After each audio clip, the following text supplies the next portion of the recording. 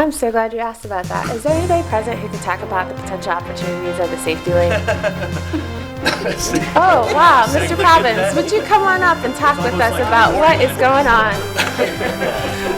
Thank you, Ms. Matthews. Thank you, Mrs. Black. All right, you could just state your name and address. Yeah, good evening. I'm Jason Province, address 4113 Floral Avenue.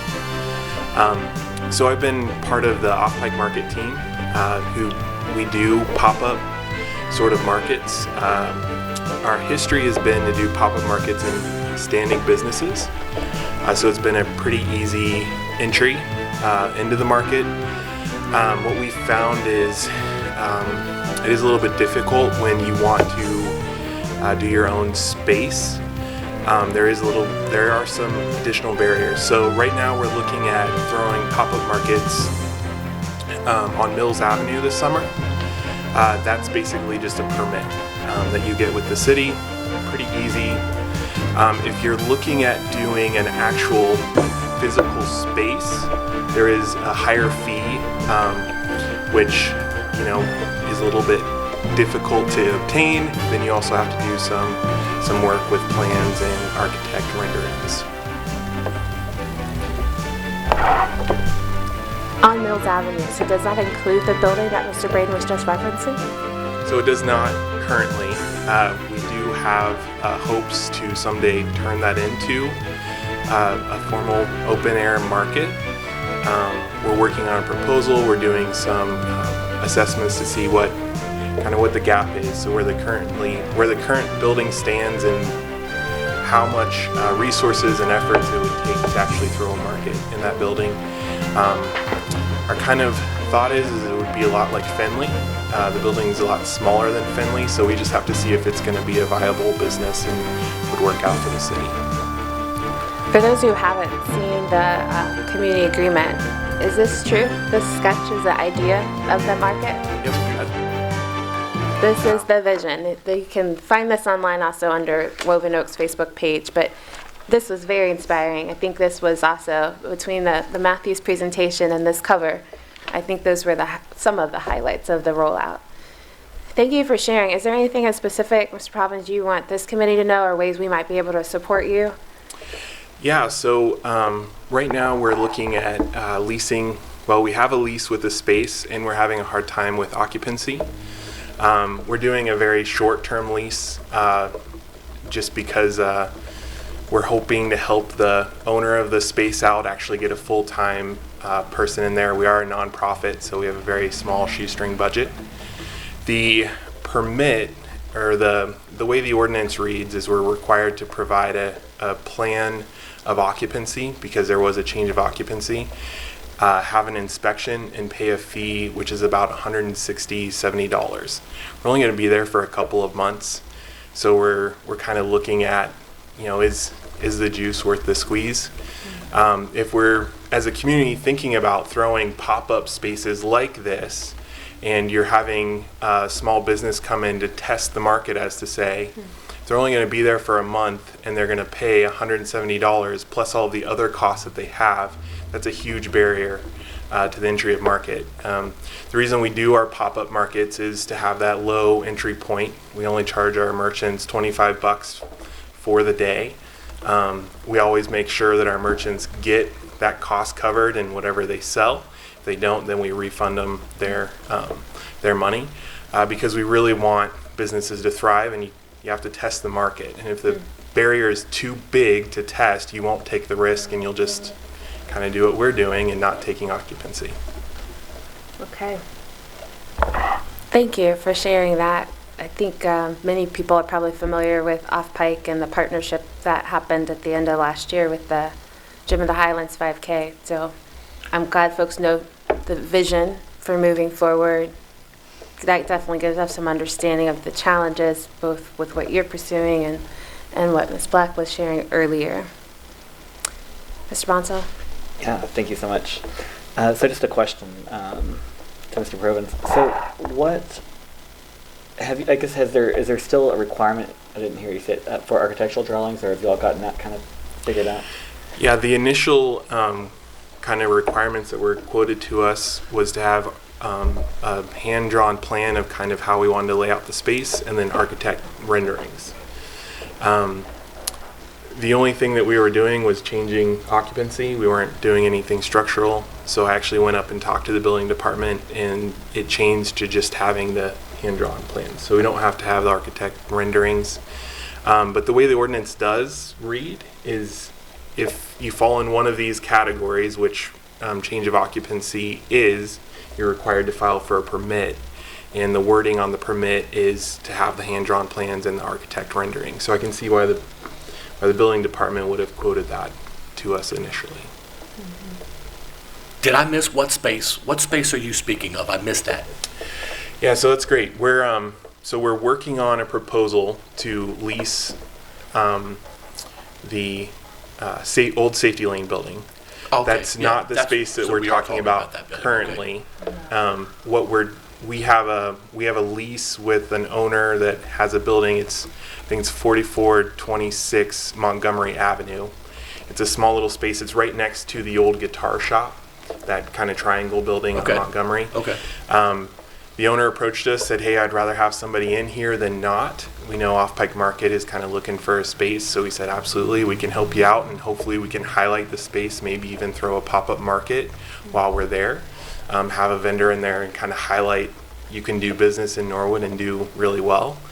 So that's the space we're talking about, the one on Montgomery. Okay. It's a okay. smaller space that we're trying to get occupancy for.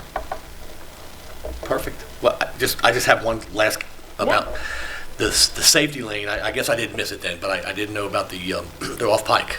Yeah. Where you're talking about. So I know right what you're talking about. But I think that building started as a store, if I'm correct, years ago, and then it became a safety lane. I think Norwood took that. So I used to hang out there as a child. My grandmother ran that place. Was appointed by Mayor Shea years ago. Where's he at? He's right here. Anyway, she passed away at 96. She ran the safety lane for years and years, and so as a child, I used to hang out in there and watch. She was at the desk. Anyway, that's my last comment on that. That's a great space, And then growing up, Victory, hanging out there, and it's a good area. So this looks exciting. I'll sign up for that. Great. I'm done. Thanks. You don't have to be. I think it's exciting to think about there are residents here who remember it being a market gathering place, and there are residents here who want to see that happen again.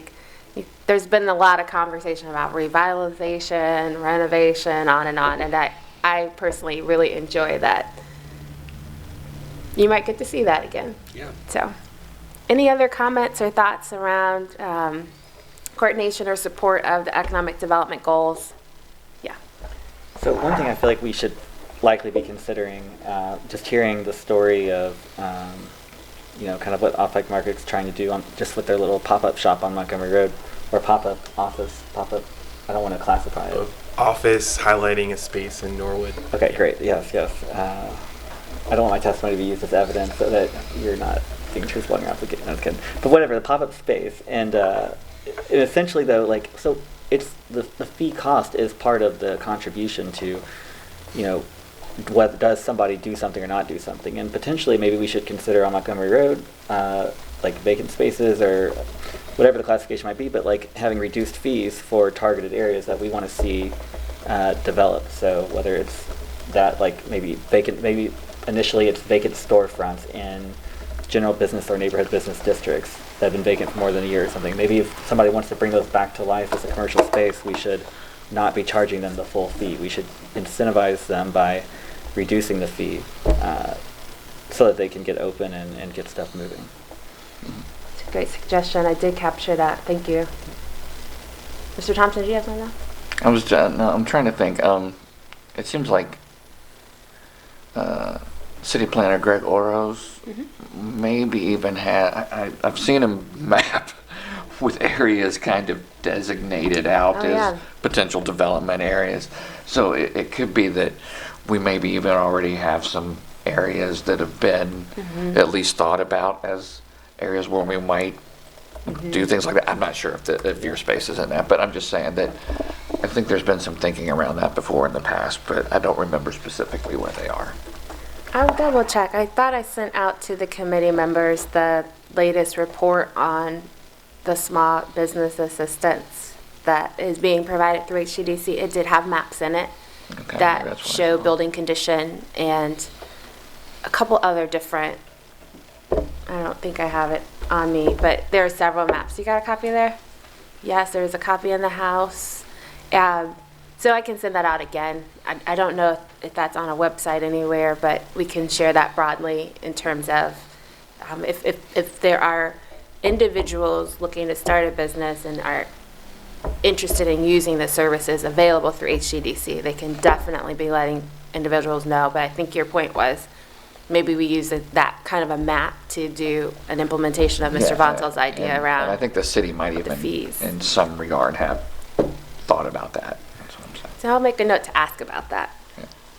I know that the report that includes the map did go to the city, so I'll ask about that.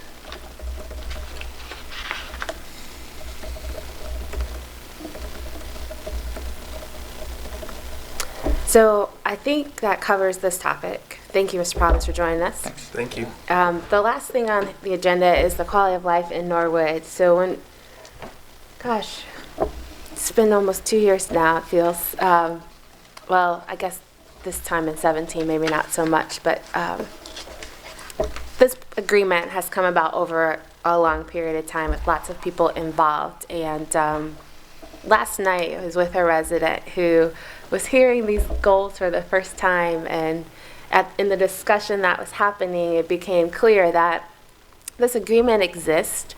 And earlier this week, I heard another resident say, this is an agreement amongst residents. This is a residential vision for our city, which is super powerful. I love that idea of it being a freight train. It's not going to stop. However, we do not currently have a city plan. I got a very quick, great crash course on the history of city plans last night. And they technically kind of changed in the 80s. I was born in the 80s, and so I just want to go on record and say the old version never even came into my purview. The modern version of a city plan designed by and implemented by the administration, I'm not aware that we have. And so in the biggest sense of the quality of life in Norwood and the implementation that's taking place, very similar to how we're creating a capital improvement plan and a capital improvement budget, I do think it's worthwhile to think about what would we want to recommend around a city plan. Whether that's, do we just want to make a recommendation that there be money to do that? Do we want to make a recommendation around how the values and the goals in this plan get lifted up? Do we want to just stay involved with implementation in the ways we've been describing and see how that continues to flow into this committee where we can then offer our support? But I think it's becoming more clear that this agreement exists and is good, but it is not the same thing as the administration having a city plan. So as we've come from planning into implementation, I just want to name it. I think that's a meaningful gap, and I don't want us to lose sight of how we can still maybe support increasing the quality of life in our city in a more formal way. If there aren't any, okay, Mr. Thompson. Do you have any examples of city plans, current city plans you could share with us? I can definitely email some out, and I will make a commitment to sharing some examples, if not directly, making sure there's some available. Even links or anything Very is fine. soon. Just to, I will say that because of the support we've had from LISC throughout, we being the city and the residents involved in this process, I have already reached out to LISC to ask for some examples of how administrations have come alongside agreements that have been made. So I anticipate having another conversation maybe in the next week or two. that'd be awesome. Great. Yeah. Thank you. Mr. Monsell? Thank you.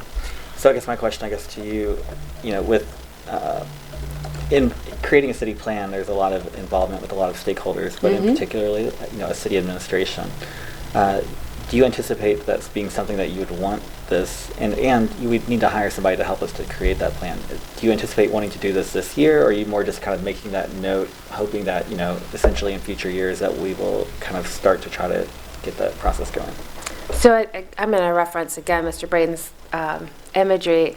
there is a freight train moving, and in a lot of ways, I think it is a good inspiration for the city to be thinking about this. I think we can, if we find it valuable to make a recommendation around the city drafting a plan, start to think about what's it going to cost. I think I heard, was it $20,000? And that was for modifications of an existing?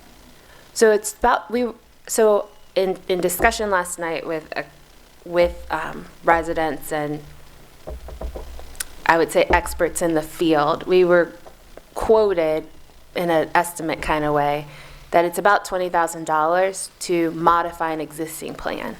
I don't know when the last Norwood plan expired, so to speak.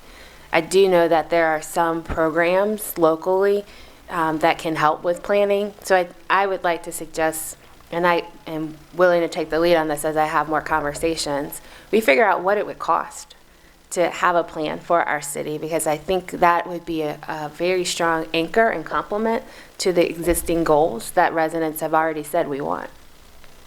Is that helpful? Yep. I do think that should be part of our recovery plan.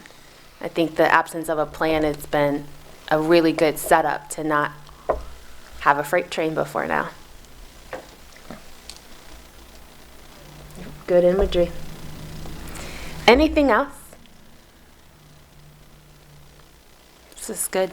Thanks for your feedback. Lots of notes. Was there something else? All right. Well, this meeting is adjourned.